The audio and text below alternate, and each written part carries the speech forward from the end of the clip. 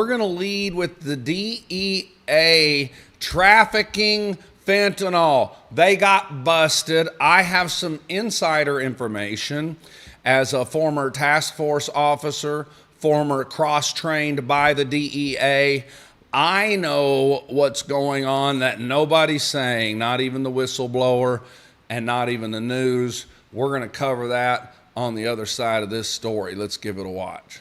Allowed hundreds of thousands of fentanyl pills to hit the streets of New Mexico between 2023 and 2025. That is according to 3 current and former DEA agents and government records reviewed by the Associated Press. The National News Desk, Jeff Harris, joins us. And I know that you spoke to one of those agents' lawyers tonight, Jeff, who says there were attempts to silence his client after blowing the whistle. Tell us more about that. So attorney Tristan Levitt with Empower Oversight represents DEA Special Agent David Howell, a 19-year veteran of the agency whose whistleblower complaint was detailed by the AP this week. Howell claiming that the DEA let fentanyl, quote, walk into local communities in order to build larger cases against drug cartels.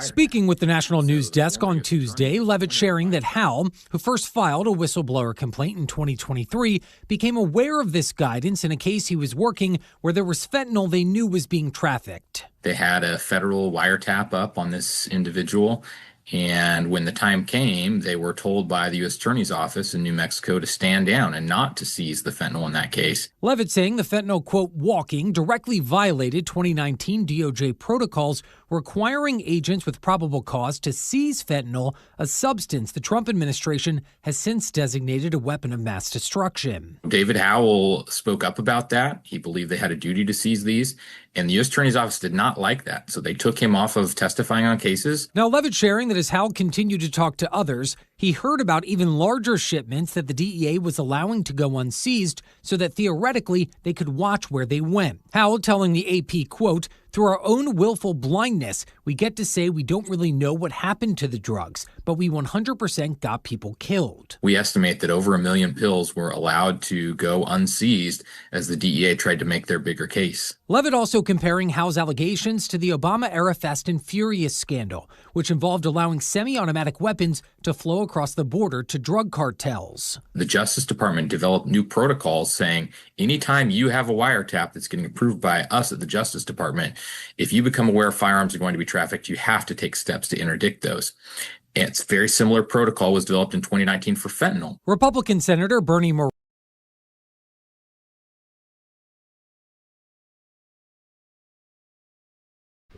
Yeah, let me tell you what's actually going on here. First of all, they are going to fuck that whistleblower up. He is not going to have a good life from here on out. I know what they do to you. Although I had a good life, even them raiding me, arresting me, running me out of the country, I've had a great life, no complaints. I'm not sure how resilient this whistleblower is. And whoo, he squealed and turned on his own people, the federal DEA. Ouch. Let me tell you exactly what's going on. They're saying and they're claiming that they heard on a wiretap many times that a load of fentanyl was going to go through to Albuquerque, and they just let it go. Yeah, here's the part they're not telling you. It's called a undercover informant and incomplete controlled delivery. Let me tell you what they do. They listen on the phone and understand, say, 100,000 fentanyl pills are going to be rolling down interstate whatever, towards Albuquerque, and they know it's on the road. They may even have an undercover DEA agent who's the one smuggling it. He's worked his way into the cartels as a smuggler, and he's driving it. Or he's a partner, a friend of the person that's driving it. So DEA is driving this load. If they're not driving this load, and they do hear on a phone tap that the car's rolling down the highway, they're supposed to stop the car and then do a controlled delivery, work out an agreement with the driver who says, okay, I'll drive it to Albuquerque. I'll park the car where they tell me to park it. The DEA, I've ran these stings before. I've done a bunch of them. It's called a controlled delivery. I stop somebody with 50 pounds of marijuana. I say, hey, you want to stay out of prison? Deliver this for me and let me bust whoever you're delivering it to. So the DEA will watch where the pills are delivered, and whoever comes to pick it up, they pounce on them, seize the pills, get the extra criminal. But here's what they did. They did a controlled delivery without busting it. They just wanted to see who the millions of pills were going to. And then left. Wrote it down on their intel sheet and then left. That's called letting dope walk, which is a nasty no. Like, it's one of the worst things drug agents can do. When I worked for the Drug Task Force, I don't remember being so fearful and scared, and all of our agents fearful and scared, than when we were doing a controlled delivery. Because after I stopped the car with the 50 pounds of marijuana and we agreed with the driver to do a controlled delivery and we put a helicopter up in the air and we followed the car, our boss told us, you better not fucking lose that 50 pounds of marijuana. In other words, if he runs in a car chase, we better not lose it because we've already had our hands on it. If we lose it, that's called letting dope walk. Another way that they let dope walk is through a reversal sting.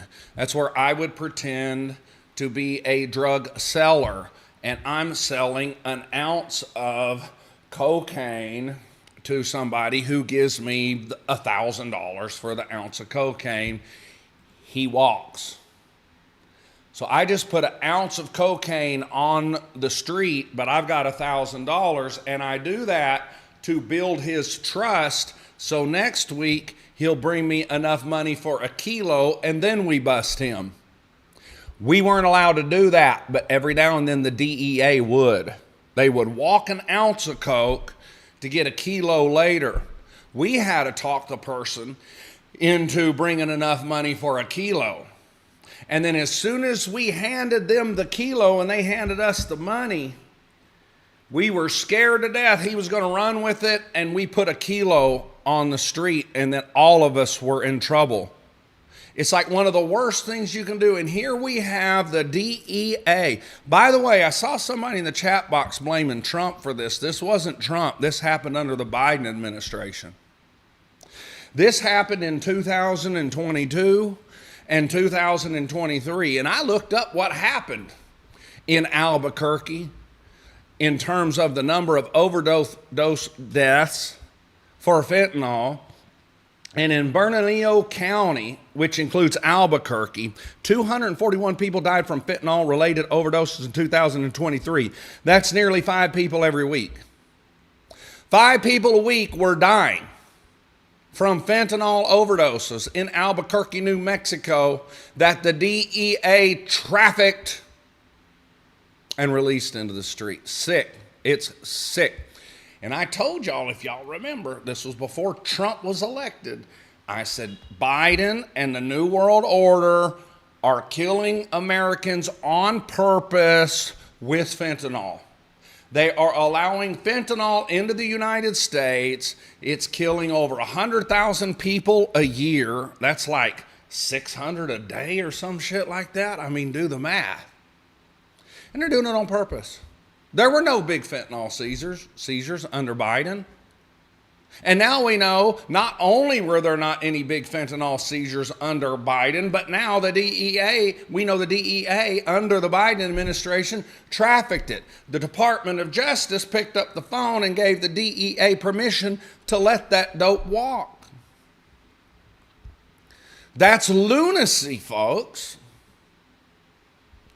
Whatever DEA agents did that, and whatever supervisors allowed it, need to be arrested for trafficking fentanyl. That's what they would do to you and I. In fact, the definition of trafficking, the definition of delivery, the definition of conspiracy is met with everything the DEA did. So you could charge them with 3 federal crimes. trying to kill Americans on purpose. So this is not about liking Trump or not liking Trump. I'm trying to stay out of politics on this show. But Donald Trump's politics are different than Biden's. Donald Trump doesn't want to kill the working force of America. Donald Trump doesn't care about you or me individually. He cares about us as a class of workers called the workforce. Some people call us slaves. Some people call us servants. In international relations, we're called the workforce. And as powerful as having the number one military in the world is, that's also how powerful you are when you have the number one economy. You can shut down other countries if you have the number one economy. And we have the number one economy. One of the reasons we have the number one economy is because we have a big workforce. But our workforce is unhealthy right now. Americans are fat. We're all on antidepressants. We're on fentanyl, eating the wrong foods. And that's why Trump brought in JFK Jr., and that's why Trump is trying to stop the fentanyl and made a deal with China to quit sending it to the cartels, for the cartels to quit sending it to the U.S., is because Trump wants a healthy servant class or a healthy slave class or a healthy workforce so we can get up and go to work and raise the GDP and get our economy as strong as possible, because when everybody's working and money's flowing, life is better. Not just for middle class, but for the billionaires. They make more and more and more money. So Trump is trying to stop it. Biden didn't.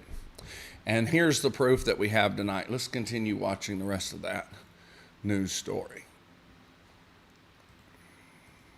Reno from Ohio among the lawmakers responding to the report, writing on X, quote, "How many thousands of American lives were lost because the Biden DEA refused to act as deadly fentanyl poured over Biden's open border? I intend to find out." Meanwhile, Empower is calling for an immediate end to the retaliation against Howell and an investigation into whether fentanyl walking extended beyond Albuquerque, sending multiple letters to lawmakers, Deputy Attorney General Colin McDonald, and the DOJ Inspector General, writing in part, quote, "It is vital that DOJ's deliberate instructions to those in the field are followed across the country, not simply ignored."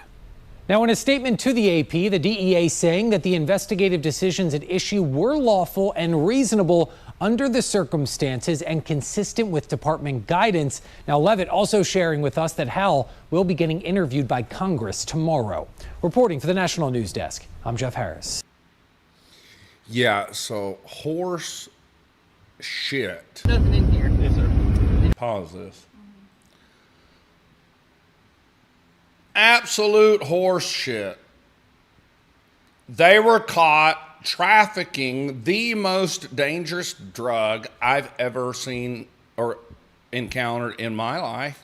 Fentanyl is a nasty drug. Like, people actually die from that. You know, I used to say, back in the days, I wanted everything to be legal, and I said prohibition doesn't work, which prohibition does. I prove that in my book. But I would say, it's not that drugs are so bad, it's that they're so good. People want the drugs because they're good. Like, if you're, and I used to give this example, if you're a drug dealer and you went, psst, psst, come here, come here, hey, try this new drug. It's called fentanyl. You will love it, but it kills 600 people a day. That drug dealer would never sell any of fentanyl. That's what I believed back then. Of course, I didn't use the word fentanyl. I said, if a drug dealer, come here, I've got this new drug, try it, it's killing everybody. I said, people won't buy that. The reason they keep buying cocaine and methamphetamine and heroin is because the death toll of cocaine, methamphetamine, and heroin is actually considerably low compared to alcohol. Alcohol causes more deaths than heroin, meth, and cocaine combined. Did you know that? And that's why Americans are buying those three. Can they cause you a problem? Can you get addicted? Can you die from those three? Of course. But the death toll is really low. So I thought if there was a new drug introduced to Americans, we are smart enough to turn it down if it's fatal. And boy, did I have a big awakening, and I had to rethink drugs, prohibition, because the Americans know the fentanyl is killing them. They're like, I don't care, give it to me anyway, which tells me the working class Americans, we are really dumb, and including me, apparently. I have never tried fentanyl, but I haven't always been safe.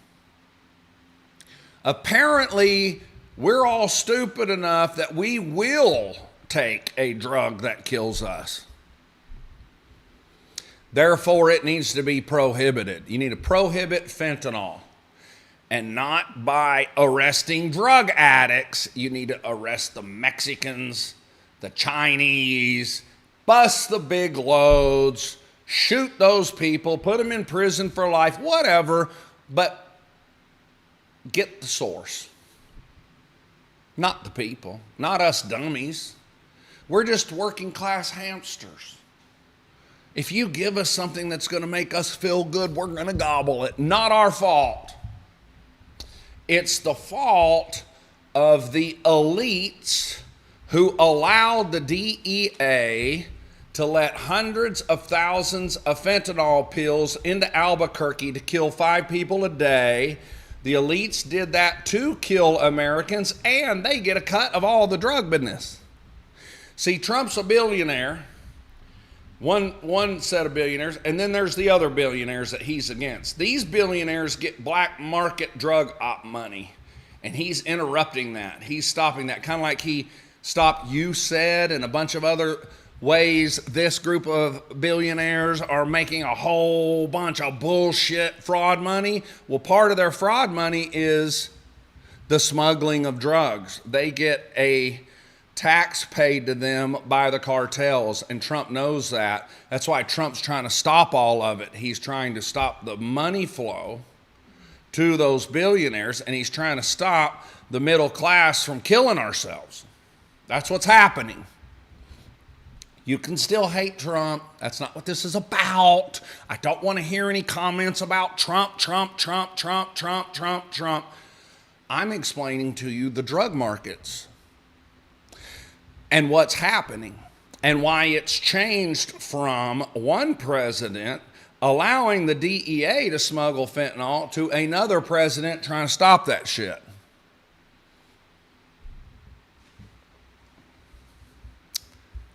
That's what's up. Wow. Oh, that's right. I want to say thank you to the 113 new subscribers we got to our channel over the last week. My son is the full-time editor now, and he is killing it. Did you see the last video he edited? You need to jump over there after this show and take a look. It's got 30,000 views, 32,000 views. We got a new 113. I thought it was like 150 subscribers. Yeah. Yeah, 150 new subscribers. We reached 40 in the vault. Those 113 maybe wants to join. And what? Those 113 maybe wants to join. And maybe the 113 of you want to join. There's 113 watching right now. Maybe you want to spend $7 a month, support us, and every Thursday night we meet in the vault. I can't explain to you what happens in the vault. You just have to experience it. But holy guacamole. It's one of my favorite days of the week. I will be in the vault this Thursday. Last Thursday, I jumped in the vault in the hospital right before my surgery.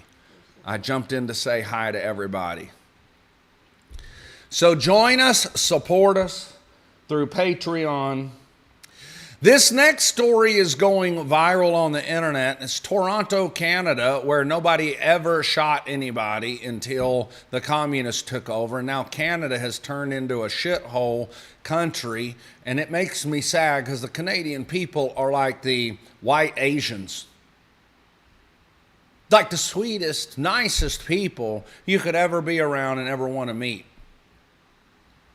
And now they're taken over by the communists and they're doing mass shootings. So this incel, 25-year-old young man, decides to get a rifle and go to the office of Pornhub in downtown Toronto and open fire on police. And during the shootout, a woman cop, a ponytail police, panics and shoots a rabbi and kills him. Shoots and kills like a 70-year-old rabbi. 3 people died in this shootout. I'm going to break it down for you. Let's give it a watch. Can you make that bigger? I think he's hit. Okay, that cop laying down on the ground, face down, he's been shot. There's the woman. Did you see her just turn around and shoot somebody? The lamp post. Can I get the rewind thing here? No, you have to. Okay, rewind that again. Uh-oh, it's going to do that to us. You watch her. The lamp post on the left side of the screen is hiding. See that old man that just popped up? Right there. Mia froze it perfectly. She turns around. She thinks it's the shooter, but the shooter's actually over here to the right by the white car. And she just pops a hole in him. Here comes the shooter to the right. You'll see. Let's watch. Let it play. Nice hit. He's hit. Mia. There's an old man popping up. Boom. Kills the rabbi. And you're going to see the actual shooter, the 25-year-old incel. There he is. Now he shows up and starts shooting. She shot the wrong person. And I dug out another camera angle for you. Let it play through so they can see Karen freaking out and pulling the trigger before she really knew what her target was. Let it play. Again, if you're just joining us, 3 people died in this shootout. It's very sad. It's a Jew-hating incel, young 25-year-old white boy who did this. He wrote a manifesto. He hates the Jews. And he hates porn. And he says it's causing the loneliness of young men. So he picks up a rifle and he goes over to the Pornhub in Toronto and opens fire. Here's the footage I dug out for you. That's an old rabbi man. Boom. He just took one. The girl panicked because she's being shot at. And here comes the rabbi, just happened to walk up to her. What's going on, pal?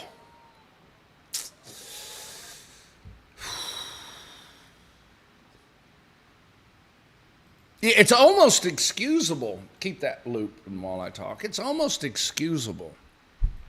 Because he did pop up. I mean, that scared the shit out of me too.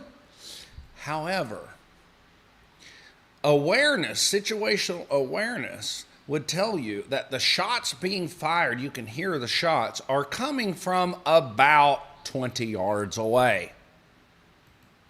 Not 3 feet from you. Now, she could have thought there's 2 shooters, and I'm just going to shoot anything around me. Because there's a cop already shot in front of me. Shots are being fired. I'm a woman. Anything gets close to me, I'm just going to pop it. Sort of excusable, I understand, but I wonder if there were a man in that position. Do you think a man would have shot? What do you think? What do you think? We know women are posing a problem. We know women police are posing a use of force problem because police often have to use verbal commands, then physical commands before they go to deadly force. Women can only go from verbal to deadly force. They don't have the physical capability of bringing down a big man. They can't wrestle the big man. So they have to go from freeze, don't move, I'm going to arrest you, to shooting you. They don't have the intermediate physical ability to stop big gorillas. They make great detectives.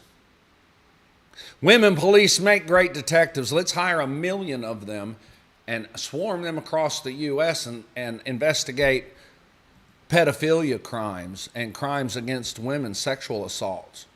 And let them go get warrants of arrest for these creeps and then send the men in to make the arrest. But don't put women out here on the street like this. It's ridiculous. Because this is what happens.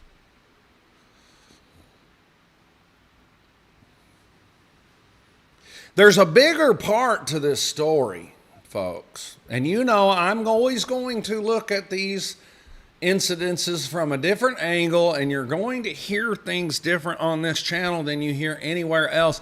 But I can't unknow what I know.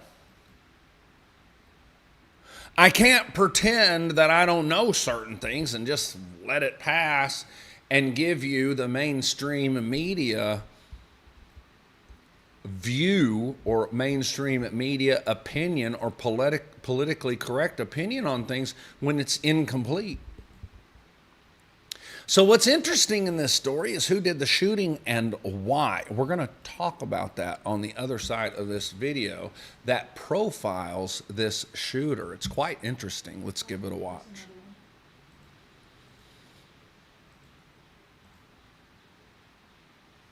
We're learning more about the suspected shooter in a Montreal attack that left 3 people dead. 25-year-old Seth Scott Hatfield of Lethbridge is being described by neighbors and former classmates as someone who was quiet and rarely interacted with others. Carson Marsouk reports on the latest tragedy and how community members are responding. Seth Scott Hatfield is being described as someone who kept to himself and wasn't approachable. I interacted with him maybe a couple of times. He was, pretty remote. He didn't seem like happy or anything like that. He just seemed to be, well, he was there, but kind of like avoiding people. Investigators say the 25-year-old is responsible for Monday's attack in Montreal that left a police officer and civilian dead. Hatfield was also killed. By Tuesday morning, Lethbridge police confirmed they were working with officials in Quebec. Officers have not said if a high-risk search warrant in Varsity Village was connected, but neighbors tell CTV News that Hatfield lived in one of the townhomes. They say a vehicle belonging to Hatfield was also searched. Police cleared out by Wednesday morning, leaving neighbors with so many questions. Because you always hear these things happening on TV and you never think it's going to happen where you live. I never saw. Hey, it's not stopping. Damn. That Wait, it was important there. This lady says absolutely nothing that makes sense, and she's got mushrooms on her shirt. I love her. I think she's shrooming right now. She's my favorite character in this whole video. All about. Hatfield graduated from Catholic Central High School in 2019 and went on to study philosophy at the University of Lethbridge, where he made the dean's list. Former classmates said he was quiet and introverted. Kind of a concern, but I'm not really thinking about it. Police are piecing together his movements from... Look at the women. Look at the women surrounding that door. They're going to crash in that door. A bunch of women.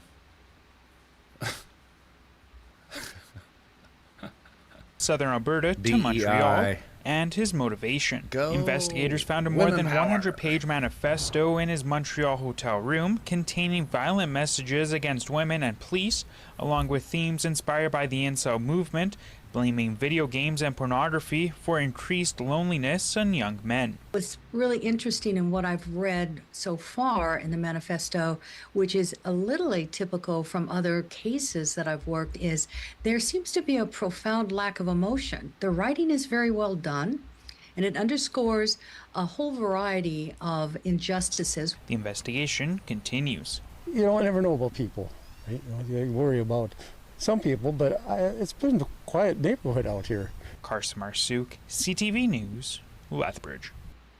What happened? Rewind it. There was a picture of him that I wanted to stop on. And then we're going to watch the smartest criminal of the year escaped the cops. Can you rewind that? Increased loneliness Damn, in I young missed men. What's really where I was interesting in what supposed I've to. read No, rewind so it a little far more. in the manifesto. Police are piecing Rewind a together little his more. movements from southern Alberta to The guy that this was all about. Hatfield graduated Hang from on. Catholic It's- Central there's a- High School I know they in showed one 2019 picture of and him, went on but to there's study another picture of philosophy him at the that they showed, a University more of current Lethbridge, where he picture. made the dean's list. Former classmates said he Is was it after quiet this, and y'all, or introverted. before this? Kind of a concern, but I'm not really thinking about it. Police are piecing together his movements from southern Hang on. Alberta to Montreal I practiced and this his last motivation. night. Investigators found a more than 100-page manifesto in his Montreal hotel room containing violent messages against women and police, along with themes inspired by the I know I incel can movement, pause it, but- blaming video games and pornography for increased loneliness in young men. What's really interesting in what I've read so No, far rewind in it the to the very manifesto, beginning. We're which just going to is have to watch it from the beginning. You have to see They say a this. vehicle belonging to Hatfield was also searched. Police officer and civilian dead. Yeah, so there he is. Stop right there. Do you see the problem? Does anybody see the problem? Okay, young men need sunshine, exercise, and nookie. He's called an incel, but he's suffering from a disease that's called lakanookie. That's what we called it. When we were younger and there was a young man acting out and being crazy, we're like, dude, you are suffering from lakanookie. You need to get a girlfriend. And that's what he's pissed off about. He's a virgin. He's an incel. And there are millions of them now in the Western countries, and it's not their fault. Like some millennials, but mainly Gen Zers and below, like they don't get laid. They don't approach girls and try to kiss them because the girls call that sexual assault and will call him a creep. It's not even the women's fault for doing that. They've been psyopted to hate men in the West. That's communism. The communism that's trying to take over, it teaches that. It makes men hate women and women hate men. It's another way to depopulate. And there's millions of incels. It's a movement where these young men are proud that they suffer from lakanookie. And he's pent up and he's upset. In the manifesto, he had angry things to say about women. See, my generation was taught to love women and open doors for women and support women, put up with their craziness. All women are a little crazy, but we're men, and we're supposed to love them and support them and be their friend and court them and try to romance them and lean in and try to get that first kiss. And then what happens after happens. And then that's eventually how you get married and have babies, like everybody's supposed to. But when you're white and pasty from no sunshine, no exercise, you have no man in your life. He was at the university teaching all of this bigoted incel shit. He finally had enough. And lakanookie finally irritated him enough, he just picked up an assault rifle and decided to go kill people. That's how toxic, dangerous, evil, satanic the incel movement is. It's not natural and it's wrong, but it's understandable. Like, I can't browbeat and judge these young men who are incels, because when I was in high school and when I was in college, it's already terrifying enough to approach a woman and ask her out and try to get that first kiss. So I didn't suffer from lakanookie and grow into a young man and learn how to court and treat a woman. That was already hard enough. If I would have grown up in a time where the girl would absolutely, if you tried to hold her hand, she would shame you for that. then I would have probably been an incel too. May have been gay, you never know. You really never know.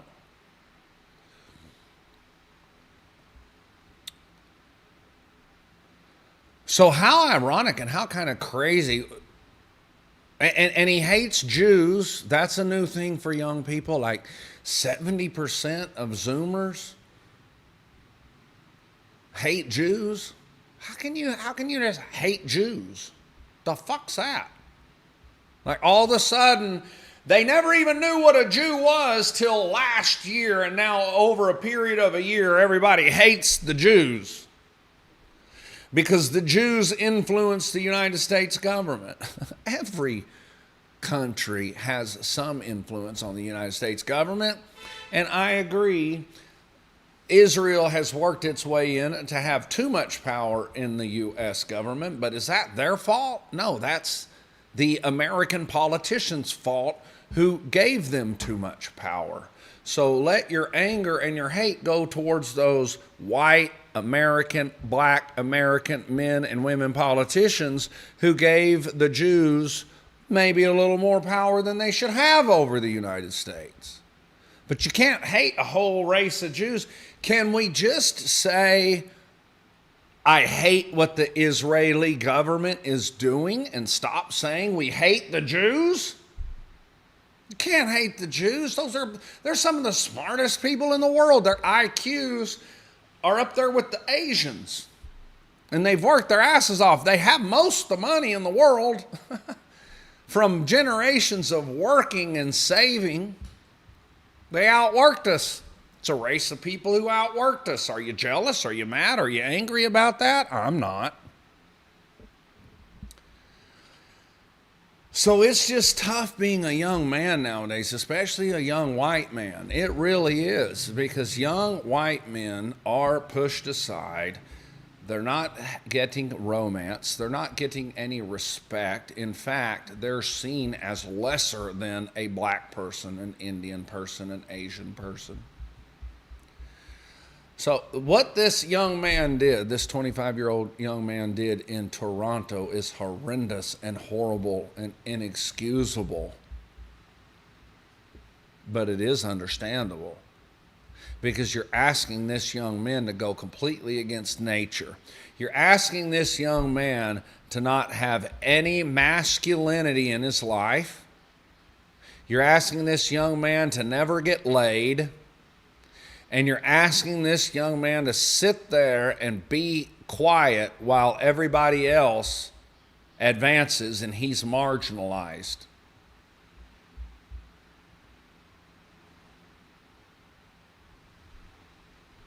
I can feel that. What's the chat box saying about it? What are they thinking?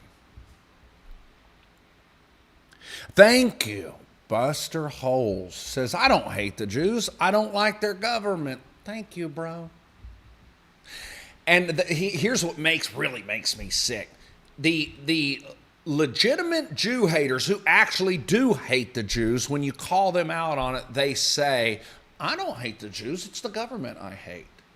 Even though you've been posting for a whole year that you hate the Jews and they're the reason and the responsible for everything that's wrong in your life and everything wrong in the world, and that the Jews have been kicked out of every country, and the Jews and the Jews and the Jews and the Jews and the Jews, then when you get called out on your racism, you say, it's just the government I hate. Now, Buster Holtz, I'm not talking about you. I believe you. That it's the government you dislike. And there are things about every government I dislike. There are things about the U.S. government I hate, but I don't hate the Americans. There's things about the Mexican government I absolutely hate, especially now that she's the president there's a communist, but I don't hate the Mexicans. The Mexicans are smuggling in all the fentanyl, killing hundreds of thousands of Americans, but I hate them, but not the Mexicans.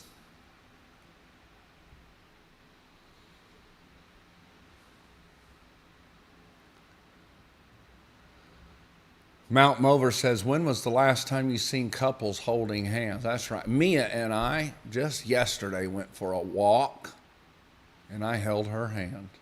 So my answer was yesterday.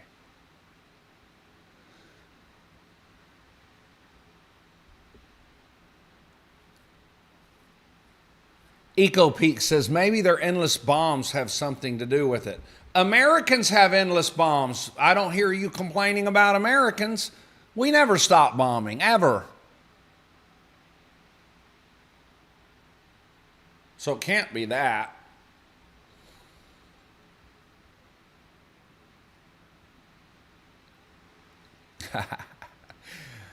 $21.23 Lotto says, lots of laughs. I'm not gay, Barry, but you're funny without even trying. Thank you, bro. It's a compliment. I was always the class clown.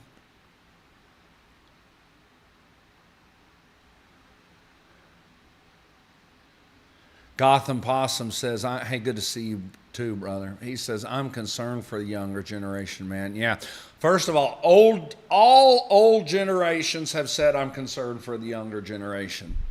But I'll tell you what, there hasn't been a generation facing the stuff Gen Z's facing right now with this incel thing and hating, and it's trendy to hate white people. And they're having to live through that. One of the most important moments of their life where they're learning to romance a woman is all twisted and manipulated and super screwed up to where it goes completely against his nature. It's like telling a bird to fly upside down. You know, fish will swim upriver 1,000 miles through bears to mate. Certain birds will fly all the way to the other hemisphere of the world to mate. That's how strong that coding is, and that coding is just as strong in these young men. They're coded to mate. And then when they're told you can't fly halfway around the hemisphere to meet your mate, you can't swim up the river through bears to find your girlfriend.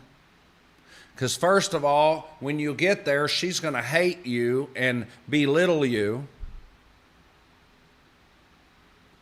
When that starts happening, you're fucking with nature. And communism fucks with nature. I'll tell you something else about communism. The reason I know it's evil, they don't have church.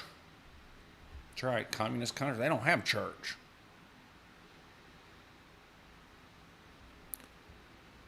Capitalism is where it's at. Freedom is where it's at. And you do have to fight for freedom.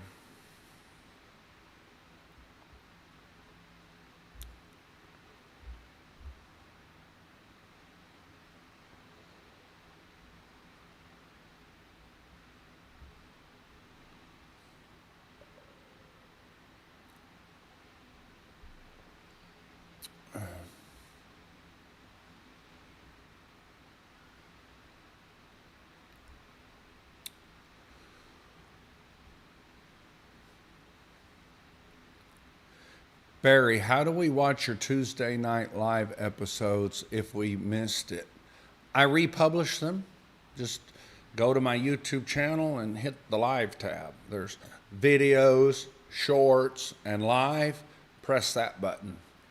And there's a library of live shows that you can enjoy.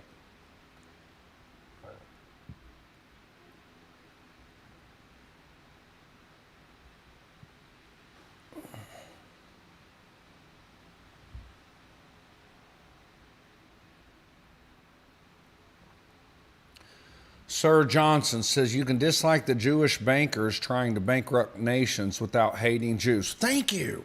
Yeah, I hate that shit they do with banks too, and they do it. They topple economies. Like George Soros admits in an interview that he crashed Malaysia economy. A lot of Asia just crashed it. He didn't care about it. And he even says, I don't care about the people. I made money. I hate that kind of shit. But I love the Jews. Just like I love the Mexicans. Just like I love the Asians and the Indians. Even the Pakistanis that are 70% inbred. And their eyes look that way. One eye looks that way and one looks this way and all of that. I have a love for them because that's what Christians are supposed to do. Can't single out one group just because you heard on the news that they have influence. You didn't talk about Jews last year. Jews are new to you. I've known about Jews for 50 years. You just learned about Jews and you listened to something somebody else said online and you adopted that belief and now you hate the Jews. It's weird how you can just hate a whole race of people within minutes.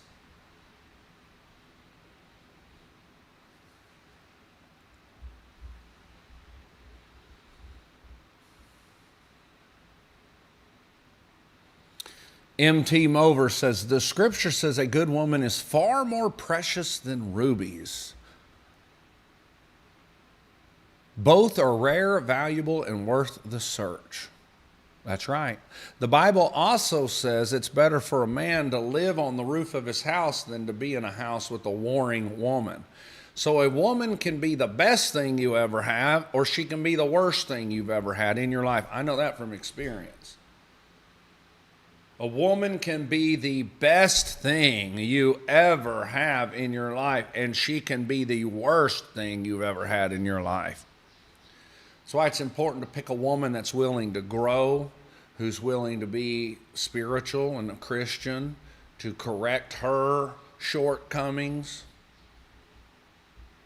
It's important to have a woman like that. Or she'll just bitch every day, all day. And then, according to the Bible, you're supposed to live on the roof of your house.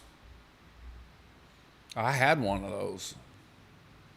It was obsessive, compulsive, bipolar, and was negative and critical every single day.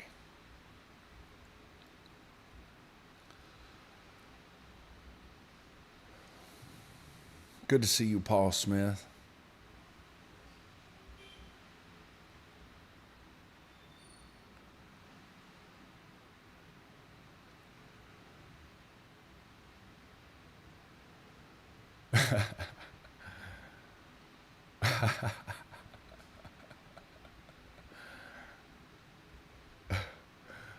Bernov says, I still have nightmares about it. I think she's talking about a crazy woman. T.J says, I had a narcissistic psychopath who called the feds on me making false lies and claims to have me arrested so she could hide her secret life. Evil, evil women. Yeah, dude. My first wife of 15 years wore a body wire for the DEA, called me to Dairy Queen during the middle of our divorce, said, I need to talk to you, and then try to get me to admit on a body wire that I was smuggling pills from Mexico. Because her and I would take trips to Cancun and we would buy like Valiums and the little speed pills. That's what people did back in the 90s. And we'd take a couple boxes back home with us and use them to party with. And somehow she made the DEA believe I was smuggling loads of pills. And the whole meeting at the Dairy Queen was weird because she wanted to talk about the pills and all that, and I didn't put it together. I left. 2 days later, she called me crying. I was wearing a body wire for the DEA.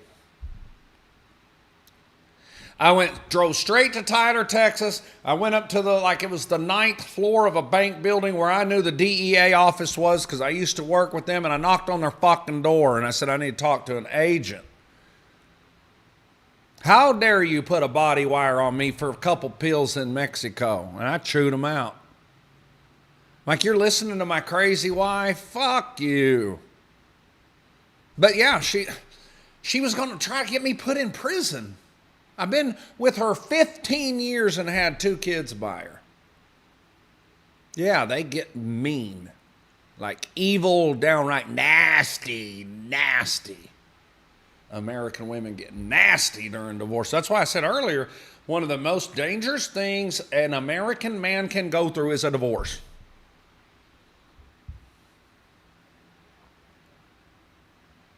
T-Dot said she told the feds that I was importing fentanyl and had a lab in my house because she hoped I was going to get arrested so I wouldn't catch her lies and her find out about the things she was doing. Yeah, diversion. It's called diversion. And it's not the woman's fault. It's feminism's fault. It's the ideology called feminism. It's not the women's fault. They were stupid. They're just like the incels too. So a lot of them have been tricked to hate the Jews. Women have been tricked to fuck men over during a divorce by their lawyers that take all their money, by the judges. They just go along with it and hurt the man that they loved for 15 years.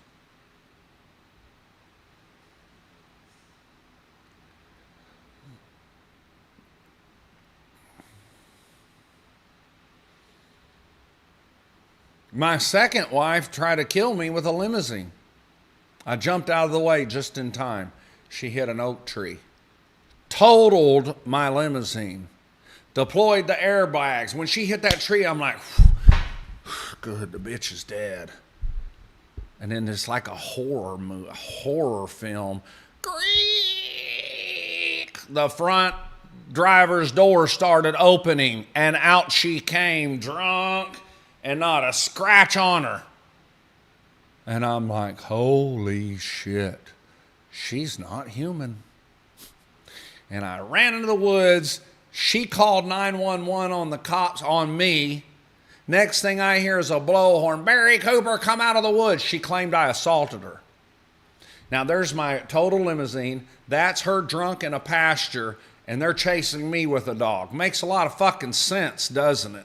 But that's how the U.S. deals with domestic disturbances. They chase down and stomp out the masculinity.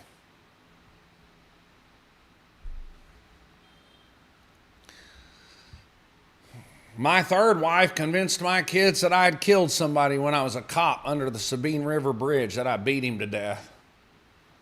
So my kids were secretly thought I was a murderer for the last year that I was in Mexico with Mia. I didn't know all that was going on. I was in romance, fell in love with Mia. And my third wife, who's dead now, told the kids I'd murdered somebody. So that's 3 ex-wives who did evil shit on their way out. Yeah. I'm for marriage because I'm a Christian. We need to get married. But I would never marry an American woman in an American courtroom or church. Never. You are fucking yourself, man, if you have a marriage certificate with a white woman in the United States. Not the people that are under the sound of my voice. I know your marriages are perfect. None of this applies to you. I'm talking about everybody else.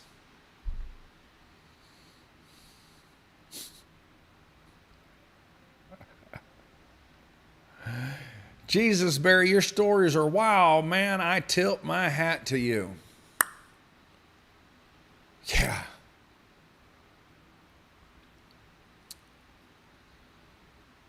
Yeah. I told you, I hired a man to write my book. He was actually the shaman. He was an American shaman in Brazil when I fled the United States and I had to flee Venezuela. I was invited to live on an ayahuasca retreat center. The shaman there, Zoe, was an American. He agreed to write my book. Quarter way through it, he came to me, he said, I'm just going to be honest with you. I'm not going to write your book anymore because I don't believe your stories. I don't think you're telling the truth. Like, you busted cops? And you did. I'm like, the fuck? I couldn't believe what he was saying. I was stunned. I went back and I told Candy was still alive, and my wife, he thinks I'm lying about all of this. Well, he's dead now. I wished he could see my movie, Paramount, where I go, ha, motherfucker, I wasn't lying. You know how he died? In a black magic ritual, stabbed in the jugular vein. I've got the police reports from Brazil. He's dead now. He got into that ayahuasca too deep, and he was using methamphetamine at the same time, and he was into witchcraft, and he crisscrossed all of that. And the police report shows that they saw Zoe. He had a circle drawn in the ground with the pentagram and all that shit, and then he was walking around holding his neck and then bled out. They say he stabbed himself, but he didn't stab himself. The woman that he was with was a witch. She stabbed him, but he wanted to be stabbed. That's another weird story, isn't it? I tripped ayahuasca next to the president of HBO, next to Vogue models, next to a BBC media personality. It was a ayahuasca retreat center for the rich and famous, and I got to spend 8 months there, learning the medicine. That's when I fled the United States. I got blessed and wound up there at an ayahuasca retreat center in Brazil.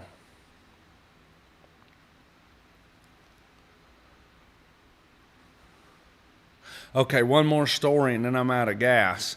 Remember at the beginning of this, I told you the demons attacked me in the hospital room. One of them pretended to be Candy and walked out of a mirror and morphed into a demon and jumped on my back.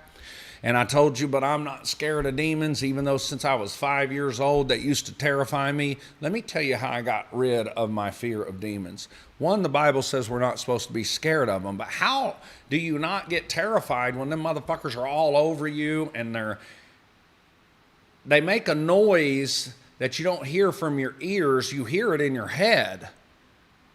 And they speak in tongues and do all this weird shit while they're poking their tentacles in my side. And one of them tried to rape me one time, a demon. I woke up and he was on top of me.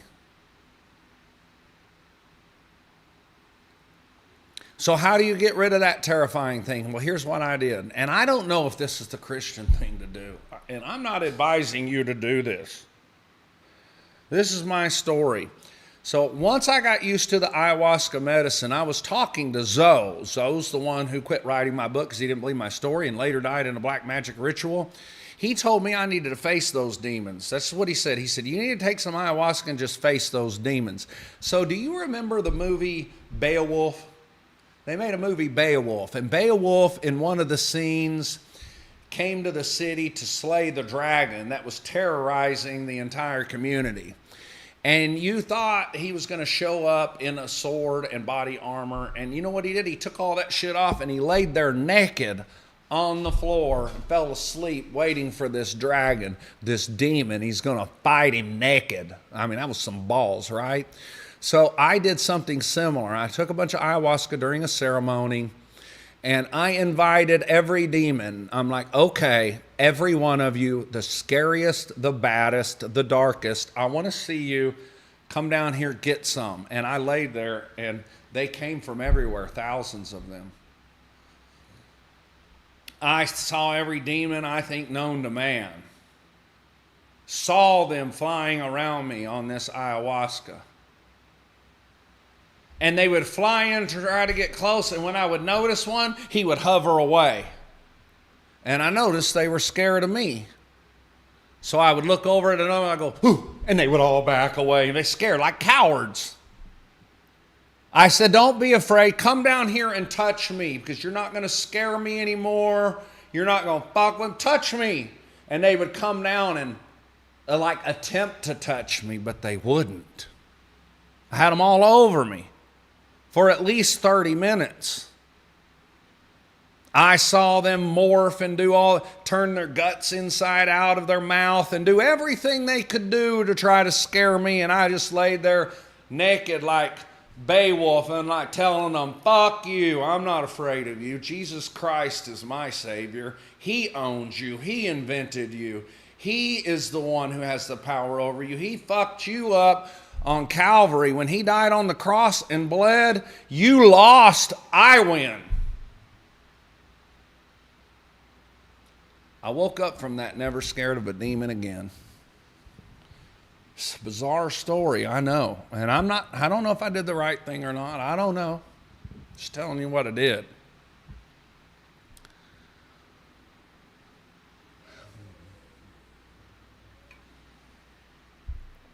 Hit the like button. Hit the like button, please. That helps. Ding, ding. Smash that like button.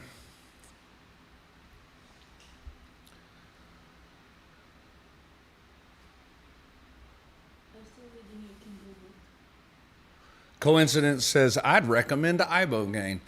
Mia and I had an ibogaine / ayahuasca clinic in Mexico for 2 years. People from all over the world flew in to either do ibogaine or ayahuasca. We wouldn't let them do both. The drug addicts we treated with ibogaine. The people on a spiritual quest, we treated them with ayahuasca. It's another crazy story. You say, I have bizarre stories. A prince from the Middle East. What country was he from? Lebanon. A prince from Lebanon, a real prince, drug addict from Lebanon, showed up to Mexico to do ibogaine. He got with the Mexican hookers. He wouldn't show up on the day it was time to dose him with ibogaine. So he paid a lot of money. So he asked me for the ibogaine, said he's going to fly and go take it somewhere else. So I gave him the ibogaine. He said he was flying out that day. The next day I saw him. He didn't fly away. He went and sold the ibogaine to get more drugs to be with the hookers. Then he started threatening me because he wanted his money back. I wouldn't give him his money back. Threaten me all you want. But then he sent a message and threatened Mia. So I got dressed, got in a taxi in Mexico, had the taxi drive down the hill to Cartel Corner where he was at a club. I knocked on the club door. I said, send the Prince out. Prince came out. I broke his fucking arm with a kick. I beat him up. He pulled a knife. Shouldn't have done that. He wound up with a broke arm. That was another thing. My kid's like, well, Daddy, you broke somebody's arm. And Mia's like, so? He threatened. He's a drug acting crazy. Barry had to check him. Pulled a knife on me. I broke his arm. So? That's what men do. So, yeah, I broke a prince's arm who came to do ibogaine with me in Mexico. Wild story. Another drug addict who I thought I healed, I allowed him to live with me, and he choked my dog to death. My little dog, Charlie, killed my dog. He killed my dog. That's when I got out of the drug addiction business, the ibogaine business, man. I'm like, this is too crazy. I wasn't in good shape. I wasn't in good enough shape to do ibogaine treatments at the time. I was going through my own shit, so we quit. We shut the center down.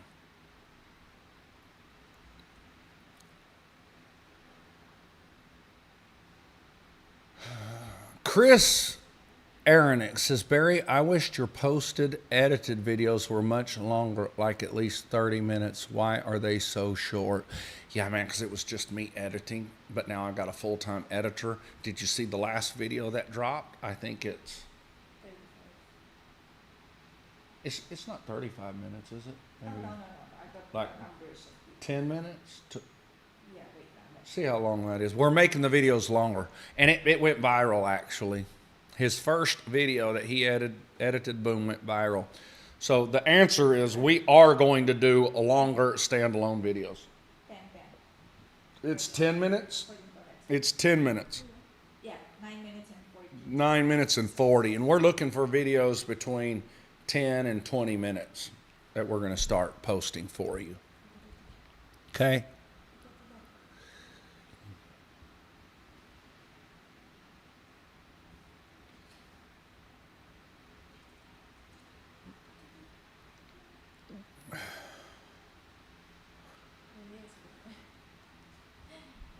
Boys and girls, that's all I've got. I am fading out. I feel from the surgery I had, I'm fading out. I need to get back in bed, but I got up, dressed up, and showed up to see you tonight because it's my favorite thing to do, this show and the Thursday Night Vault. Join us Thursday night in the Vault. If you're not already a member, you can become a member easily. Just click the link in the description. Get a free copy of my book. And be sure and hit the like button on your way out, boys and girls. Peace, love, and never get busted.